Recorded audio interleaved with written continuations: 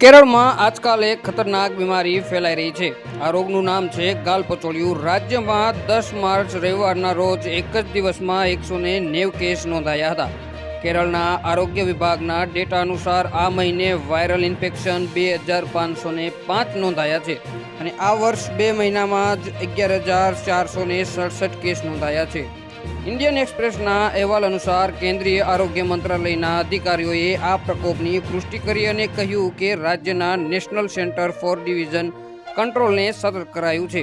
તમને જણાવી દઈએ કે ગાલપચોળિયા પેરામિક્સો વાયરસથી થાય છે, જે ચેપગ્રસ્ત વ્યક્તિના ઉપર શ્વાસ માર્ગમાં સીધા સંપર્ક અથવા હવા દ્વારા ફેલાય છે। આના લક્ષણ દેખાવમાં 2 થી 4 અઠવાડિયા લાગે છે, જે હળવો તાવ, માથાનો દુખાવો, શરીરનો દુખાવો અને અસ્વસ્થતાથી શરૂ થાય છે। આ રોગનું સૌથી લાક્ષણિક લક્ષણ લાળગ્રસ્તોમાં સોજો છે। તે સામાન્ય રીતે નાના બાળકોને અસર કરે છે, પરંતુ કિશોરો અને પુખ્ત વયના લોકોને પણ ચેપ લાગી શકે છે। અધિકારીઓના જણાવ્યા અનુસાર મોટાભાગના કેસોમાં મલ્લપુર જિલ્લા અને ઉત્તર કેરળના અન્ય ભાગોમાં નોંધાયા છે। જો કે ઓરી અને રૂબેલના સાથે ગાલપચોળિયા સામે ગાલપચોળિયા ઓરી રૂબેલા MMR રસી છે, તે સરકારના સાર્વત્રિક રસીકરણ કાર્યનો ભાગ નથી। મોટાભાગના કિસ્સાઓમાં ગાલપચોળિયા એ સ્વમર્યાદિત રોગ છે।